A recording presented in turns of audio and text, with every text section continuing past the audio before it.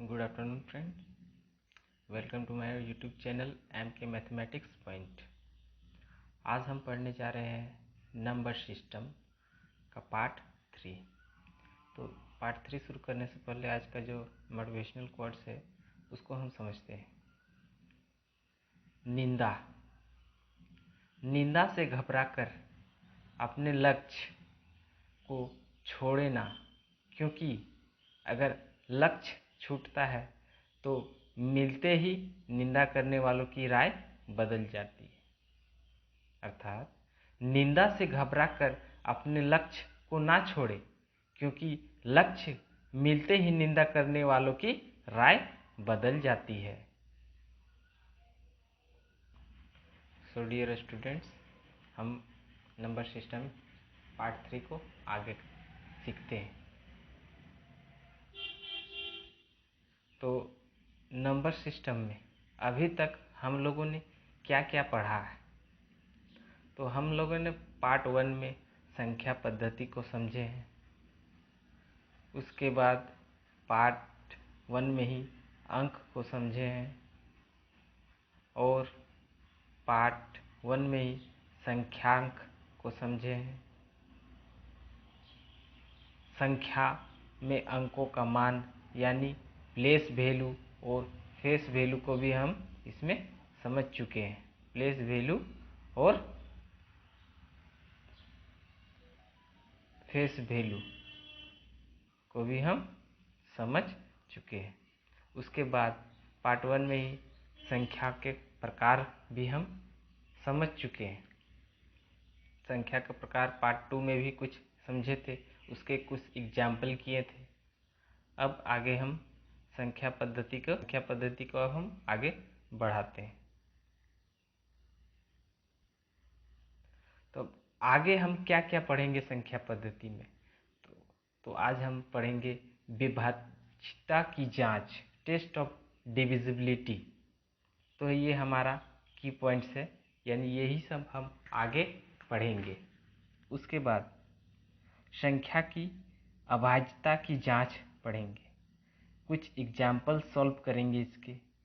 अभाज्य गुणनखंडों की संख्या ज्ञात करना सीखेंगे, भाजकों की संख्या ज्ञात करना सीखेंगे और गुणनफल के अंत में शून्यों की संख्या ज्ञात करना सीखेंगे।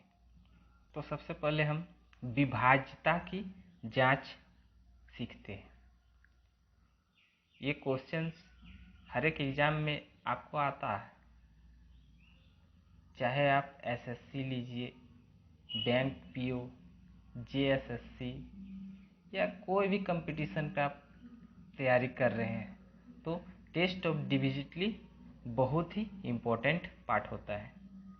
ये हमेशा दिमाग में रहना चाहिए। टॉपिक बहुत ही नॉर्मल सा टॉपिक है, आसान है, बट बच्चे कभी कभी इसको भूल जाते हैं। इसीलिए इसको रिमाइंड कीजिए। अगर याद है तो बढ़िया बात है, आप इसको और एक बार दिमाग में रिमाइंड कीजिए। तो देखते हैं 2 से विभाज्यता का क्या नियम है। तो 2 से विभाज्यता का नियम है, कोई भी संख्या 2 से पूर्णतः विभाजित होगी जब इसका इकाई अंक कोई सम संख्या हो अथवा शून्य हो। अर्थात जो अंतिम संख्या हो, यानी संख्या का जो अंतिम अंक इकाई हो, वो क्या होना चाहिए? कोई भी सम संख्या या शून्य या 2, 4, 6, 8, 0। अगर किसी भी संख्या का अंतिम अंक ये में से कोई भी दिखता है तो वो संख्या 2 से विभाजित होता है। जैसे 12, इकाई अंक 2 है, 240, इसका इकाई अंक 0 है। 148, इसका भी इकाई अंक 8 है। तो इससे हम जांच सकते हैं आसानी से कि ये संख्या सभी 2 से विभाजित है। अब हम आगे बढ़ते हैं तो सीखते हैं 3 से विभाज्यता का क्या नियम है। कोई भी संख्या 3 से तभी पूरी तरह से विभाजित होगी जब उस संख्या का सभी अंकों का योग यदि 3 से विभाजित हो जाता है तो वह पूरी संख्या भी 3 से विभाजित हो जाएगी। उदाहरण के लिए लेते हैं 465। तो 465 में अंकों का योग करेंगे तो 4, 6, 5। जब इनका योग करेंगे तो हमें 15 मिलता है, जो कि 3 से पूरी तरह विभाजित है। अतः 465 भी पूरी तरह से विभाजित होगी 3 से। दूसरा एक एग्जाम्पल्स लेते हैं 1338। जब संख्या का योग करेंगे तो हमें 15 मिलेगा। ये संख्या 3 से विभाजित है क्योंकि इनका योग भी 15 आता है। तो इस तरह से हमने अभी तक विभाज्यता का नियम सीखा 3 से। तो अगर वीडियो आपको पसंद है, लग रहा है, आपको टॉपिक समझ में आ रहा है, तो हमारे चैनल को सब्सक्राइब कीजिए और इस वीडियो को अपने दोस्तों, अपने छोटे बड़ों को शेयर कीजिए ताकि वो भी कुछ सीख सके और अपना मुकाम हासिल कर सके। विभाज्यता के नियम में हम आगे पढ़ते हैं 4 से विभाज्यता का क्या नियम है। यानी कोई भी संख्या 4 से पूरी तरह तभी विभाजित होगी जब किसी संख्या का अंतिम 2 अंक 4 से अगर पूरी तरह से विभाजित हो जाता है तो वह पूरी संख्या भी 4 से विभाजित हो जाएगी। उदाहरण के लिए हम एक संख्या लेते हैं 15, 6, 7, 6, 4। तो इसमें हम क्या देखते हैं, अंतिम सिर्फ 2 संख्या देखना है जो कि 64 है। तो 64 ये 4 से पूरी तरह से भाग लग जाता है, अर्थात जो पूरी संख्या है ये संख्या भी पूरी तरह से 4 से विभाजित हो जाएगी। अब हम देखते हैं 5 से विभाज्यता का क्या नियम है। तो 5 से विभाज्यता का नियम है कि यदि किसी भी संख्या का अंतिम अंक यदि 0 हो या 5 हो तो वह पूरी संख्या 5 से विभाजित हो जाएगी। उदाहरण के लिए हम लेते हैं 6, 9, 5, 2, 7, 0। तो सिर्फ इकाई अंक को यहाँ पर देखना है जो कि 0 है, अर्थात ये जो 5 से ये पूरी संख्या विभाजित हो जाएगी। अगली संख्या हम लेते हैं 5, 8, 7, 7, 6, 5। तो पूरी संख्या को नहीं देखना है, सिर्फ अंतिम का अंक देखना है जो कि 5 है। तो यह भी 5 से पूरी तरह से विभाजित हो जाती है, अतः यह पूरी संख्या भी 5 से विभाजित हो जाएगी। अब विभाज्यता का नियम में हम आगे बढ़ते हुए सीखते हैं 6 से विभाज्यता का क्या नियम है।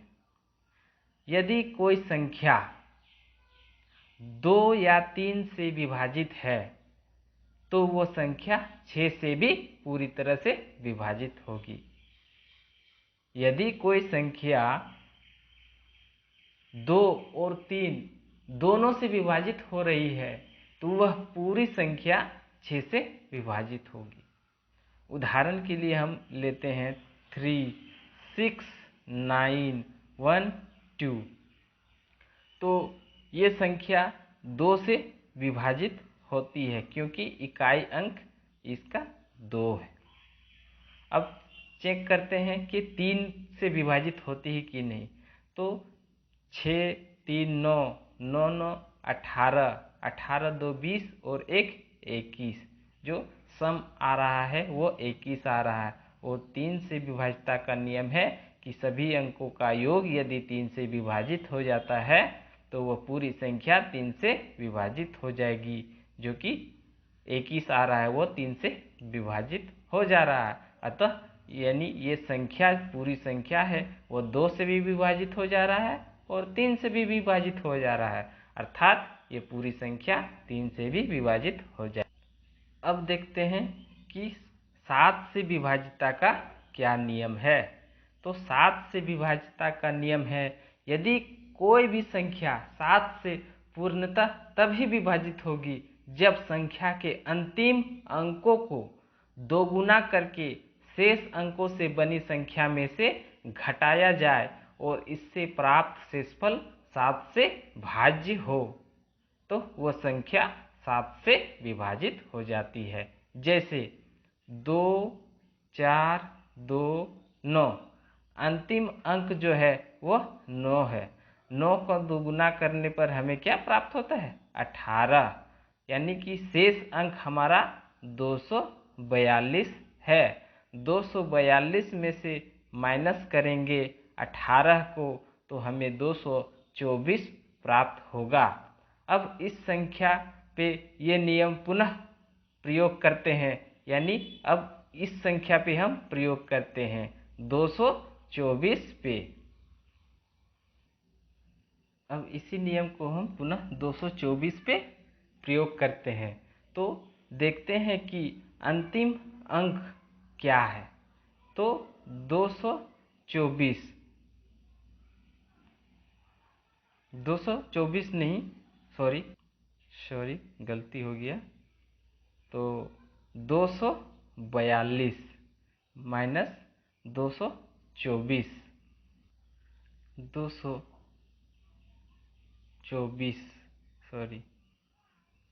224 तो इकाई अंक इसका 4 है, तो 22 शेष जो बचा उसमें से अंतिम अंक का दोगुना, 4 का दोगुना करेंगे तो हमें 14 प्राप्त होगा।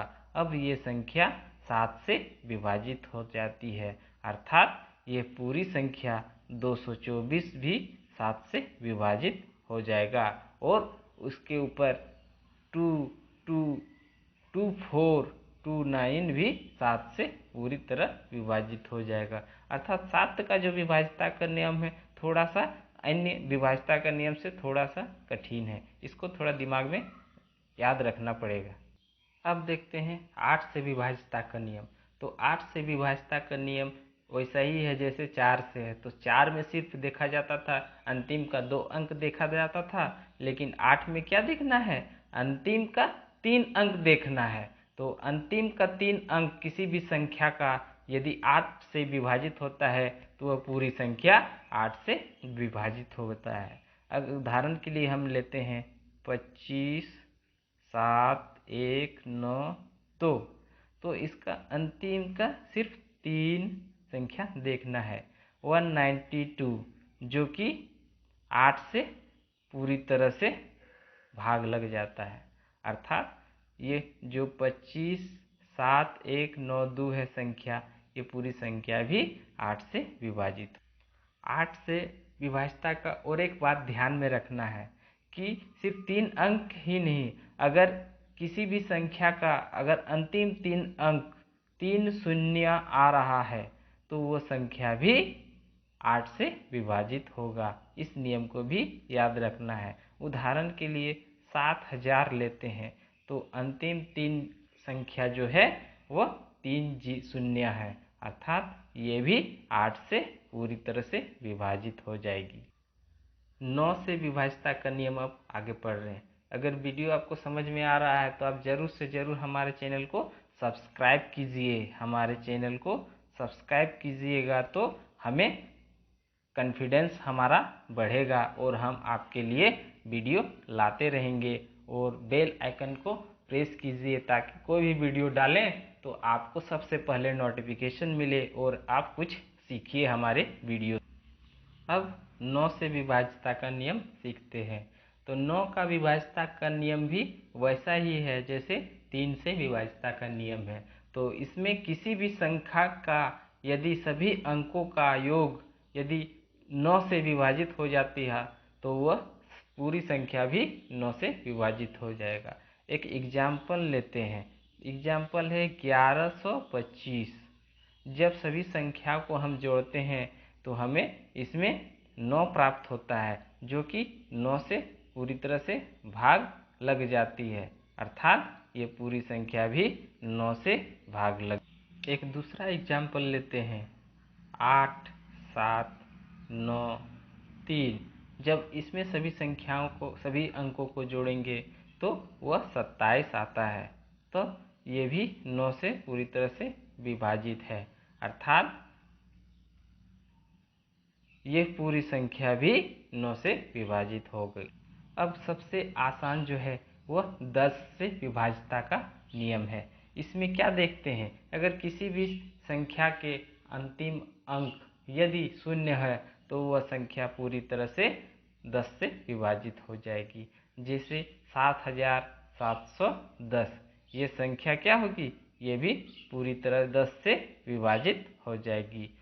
2250, ये संख्या का अंतिम अंक जो है वह शून्य है, ये भी पूरी तरह से 10 से विभाजित है। उसके बाद इस बड़ी संख्या को भी देखते हैं तो इसका जो इकाई अंक है वो क्या है, शून्य है, तो ये भी 10 से विभाजित हो जाएगी। अब आगे हम देखते हैं 11 से विभाज्यता की जांच का क्या नियम है।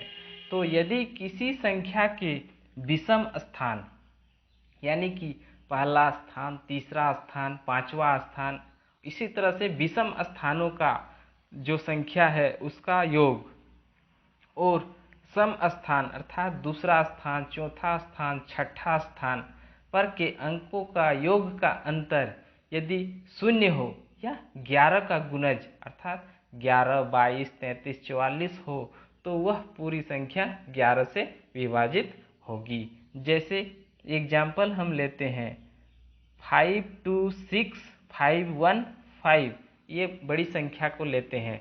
तो इसमें जो विषम स्थान के जो संख्या है उसका जो योग है, जैसे 5, 5 और 2, तो विषम स्थानों का जो संख्या का योग है वह 12 आता है, और सम स्थानों का जो संख्या का योग आता है वह भी 12 आता है। अब जब दोनों को हम अंतर निकालते हैं तो हमें शून्य प्राप्त होता है, तो यह भी पूरी तरह से 11 से विभाजित है, क्योंकि शून्य आया है इसीलिए यह पूरी तरह से 11 से विभाजित है। दूसरा एक एग्जाम्पल लेते हैं 10, 8, 5, 9, 2। जब हम इसमें विषम स्थानों का योग करते हैं तो हम इसमें बाईं ओर से नहीं गिनते, हम दाहिनी ओर से विषम गिनना शुरू करते हैं। तो इधर से गिनना शुरू करते हैं तो पहला जो विषम स्थान पे आता है 2, 5, 0, 2, 5, 0, इनका जब सम करते हैं तो हमको 7 मिलता है। और जब हम सम स्थानों का योग करते हैं तो 9, 8, 1, और सम करने पर हमें कितना प्राप्त होता है, 18। यानी 18 माइनस 7, विषम स्थान का माइनस करना है सम स्थानों से, तब हमें 11 प्राप्त होता है, जो कि 11 का गुणज है, अर्थात ये संख्या भी पूरी तरह से 11 से विभाजित होता है। तो एक बात इसमें ख्याल रखना है कि हमेशा जो सम और विषम स्थान गिनते हैं वो शुरू करते हैं दाहिनी ओर से शुरू करते हैं, ना कि बाईं ओर से। बाईं ओर से शुरू करने पर हमें गलती रिजल्ट प्राप्त होता है। अब पढ़ते हैं 12 से विभाज्यता का नियम और 14 से विभाज्यता का नियम। तो 12, 14, 15 इस तरह के संख्याओं में हम जो विभाज्यता का नियम इसमें देखते हैं वो सिर्फ एक बात पर ध्यान रखना है कि हमें सिर्फ जो गुणनखंड करना है इस तरह के संख्याओं का वो प्राइम नंबर होना चाहिए। यदि जो गुणनखंड हमें प्राइम नंबर यदि मिल जाता है, अगर उन प्राइम नंबर से वो संख्या पूरी तरह से विभाजित हो जाती है तो पूरी संख्या उस संख्या से भी विभाजित होगी। जैसे हम लेते हैं 12, 12 से विभाज्यता का अगर नियम जांच करना है तो इसका हम प्राइम फैक्टर करते हैं तो 4 और 3, ये हमें ये दोनों ही अभाज्य संख्या है। तो अगर ये 6, 1, 7, 8, 8, 5 ये संख्या अगर 4 और 3 से विभाजित हो जाएगी तो पूरी संख्या भी 12 से विभाजित हो जाएगी। उसी तरह अगर देखते हैं 14 से विभाज्यता का नियम, तो 14 का जब हम प्राइम फैक्टर करते हैं तो हमें 2 और 7 मिलता है। यदि कोई संख्या 2 और 7 दोनों से विभाजित हो जाती है तो वो संख्या भी 14 से भी विभाजित हो जाएगी। उदाहरण के लिए एक लेते हैं 6384, तो इस संख्या को देखते हैं तो ये 2 से भी विभाजित है और 7 से भी विभाजित है, अर्थात ये पूरी संख्या क्या होगा, ये भी 14 से विभाजित हो जाएगी। आज का सेशन थोड़ा लंबा चलेगा क्योंकि आज अंतिम है, उसके बाद हम कुछ क्वेश्चन करवाएंगे। क्वेश्चन से हमारा जो संख्या पद्धति का चैप्टर है वो लगभग कंप्लीट हो जाएगा, इसलिए आज का सेशन थोड़ा सा लंबा होने 5 मिनट 6 मिनट ज़्यादा होगा पिछले 2 पार्ट की अपेक्षा। तो अभी हम पढ़ते हैं संख्या की अभाज्यता की जांच क्या है। यानी क्वेश्चन है एक कि 181 ये अभाज्य है या भाज्य है, तो इसकी हमें जांच करना है। तो 181 तो सबसे पहले देखते हैं कि 181 जो है इसके सामने किसका वर्ग है, यानी किसके वर्गमूल के सामने है। तो हम देखते हैं अगर 181 वह 14 का वर्ग करते हैं तो 196 आता है 14 का वर्ग, जो कि उससे छोटा है। यानी 14 से नीचे जितनी भी अभाज्य संख्याएं हैं जैसे 2, 3, 5, 7, 11, 13, तो हमें जांच करना है कि उसके नज़दीक का जो वर्ग है वो किस संख्या का है। तो 181 का सबसे नज़दीक 196 होता है जो कि 14 का वर्ग होता है। यानी 14 से जितने छोटे अभाज्य संख्या है सबसे हमको विभाजित करके देखना है। अगर इसमें से अगर कोई भी संख्या से ये 181 विभाजित हो जाती है तो वह एक अभाज्य संख्या होती है। अगर नहीं होता है विभाजित, इसमें से अगर किसी से भी यह 181 विभाजित नहीं होगा तो वह एक अभाज्य संख्या नहीं कहलाएगा। उसी क्रम में हम दूसरा एग्जाम्पल लेते हैं 247। तो 247 को देखते हैं तो 247 से ऊपर जो वर्ग आता है वो 16 का वर्ग आता है, जो कि 16 का वर्ग 256 होता है। यानी 16 से नीचे जितनी भी अभाज्य संख्याएं हैं जैसे 2, 3, 5, 7, 11, 13, इनमें से सभी संख्याओं से जांच करेंगे कि 247 भाग लगता है या नहीं लगता है। तो इस क्रम में हमें पाते हैं कि 13 से ये संख्या विभाजित हो जाती है, अतः यह एक भाज्य संख्या है ना कि अभाज्य संख्या। यानी इससे नीचे 16 से नीचे जितने भी अभाज्य संख्या सभी से भाग करके चेक कर लेना है कि क्या 256 उससे विभाजित होती है। अगर हो जाती है तो वह एक भाज्य संख्या होगी, उसे अभाज्य संख्या नहीं कहेंगे। अब हम सीखते हैं अभाज्य गुणनखंडों की संख्या ज्ञात करना। अभाज्य गुणनखंडों की संख्या कैसे ज्ञात करते हैं, तो इस क्वेश्चन में जो देखते हैं क्वेश्चन थोड़ा मिसप्रिंट है। क्वेश्चन होगा 30 का पावर 11 गुना 22 का पावर 5 गुना 34 का पावर 11। तो जब हम अभाज्य गुणनखंड करते हैं तो क्वेश्चन थोड़ा यहाँ गलत है। क्वेश्चन को आप नीचे में देख लीजिएगा।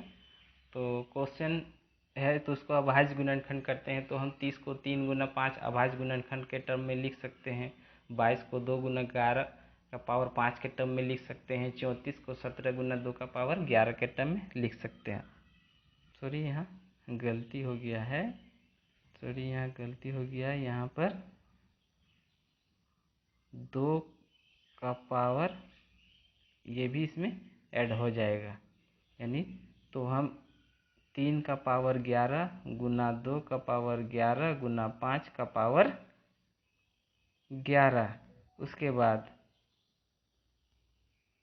2 का गुना 5 गुना 11 का पावर 5 गुना 17 का पावर 11 गुना 2 का पावर 11। अब हम इसमें देखते हैं कि 2 का पावर 11 11 22 और 5 27, 2 का पावर 27 गुना 3 का पावर 1 है, एक ही है, यानी 3 का पावर 11। उसके बाद 5 का पावर देखते हैं तो वह 11 है। उसके बाद 17 का पावर ये भी 11 है। अब जब अभाज्य गुणनखंड की संख्या हमें ज्ञात करना है तो क्या करना है, सभी जो घात है उनको जोड़ना है। इनको जोड़ने से हमें कितना प्राप्त होता है, तो 11 तिया 33 और 27। सॉरी, यहाँ एक गलती है, यहाँ 2 का पावर जुड़ चुका है और यहाँ एक छूट गया है, 11 का पावर 5 ये छूटा है। तो 7 3 10 और 3 2 5 1 6 60 और यहाँ पर 11 का पावर 5 यानी 60 प्लस 5। तो इस तरह से हम क्या देखते हैं कि जो पावर का अभाज्य गुणनखंड जो होता है वह अभाज्य गुणनखंड करने के बाद सभी घातों का जो योग होता है तो उसे हम उस अभाज्य गुणनखंड की संख्या कहते हैं। तो इसका उत्तर जो होगा वो हमारा ऑप्शन डी होगा, जो कि 65 है। तो आज का सेशन का जो अंतिम टॉपिक है वो है भाजकों की संख्या ज्ञात करना।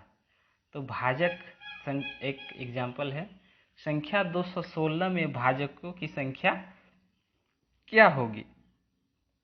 तो संख्या 216 में जो भाजक होगा, तो सबसे पहले हम इसमें प्राइम नंबर को लेते हैं, प्राइम नंबर में फैक्टर करते हैं तो हमें मिलता है, हमें इसमें क्या मिलता है, 2 का पावर 3, 2 का पावर 3 और 2 का पावर 3 गुना 3 का पावर 3, ये अभाज्य गुणनखंड है। अब जब इसमें क्या देखते हैं कि 3 प्लस 1 और 3 प्लस 1 यानी 4 गुना 4 16, जो कि हमारा भाजकों की संख्या होगी। तो भाजकों की जो संख्या होगी वो क्या होती है, जो प्राइम फैक्टर हम जो करते हैं उनका पावर में 1 जोड़ते हैं और 1 जोड़ने के बाद अन्य दूसरे जो भाज्य संख्या है उसका भी पावर में 1 जोड़ने के बाद दोनों को जब गुना करते हैं तो जो संख्या हमें प्राप्त होती है वो उस संख्या का भाजक कहलाता है, भाजकों की संख्या कहलाता है। तो अभी तक आप लोगों ने संख्या पद्धति को पढ़ा, समझा। अगर हमारे द्वारा जो बताया गया है कहीं भी अगर आपको कोई डाउट है तो आप हमें कमेंट सेक्शन में ज़रूर क्वेश्चन पूछ सकते हैं। अब मैं आप लोगों के लिए ज़रूर ही उसको कमेंट सेक्शन में ही उत्तर आपको स्क्रीनशॉट के रूप में भेज दूंगा, तो आप उसे देख लेंगे। अगर वीडियो इसी तरह का आपको चाहिए तो हम आपके लिए वीडियो हमेशा के लिए लाते रहेंगे।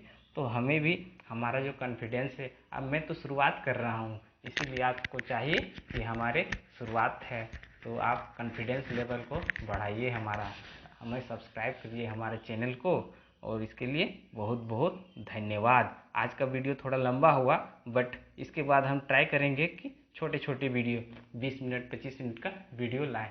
लेकिन आज का आधे घंटे का जो सेशन चला बहुत ही रोमांचक हुआ और कंटेंट बहुत ही अच्छे मैंने लाया था। तो कंटेंट किस तरह का है आप भी बता सकते हैं। मैं तो बता रहा हूँ कि कंटेंट अच्छा है, बट आप भी बता सकते हैं कि आपको कंटेंट कैसा लगा। और आगे हम नंबर सिस्टम का कुछ क्वेश्चन करेंगे, उसके बाद नंबर सिस्टम चैप्टर को ख़त्म करेंगे, इसके बाद मैथ्स को हम आगे बढ़ाएंगे। धन्यवाद।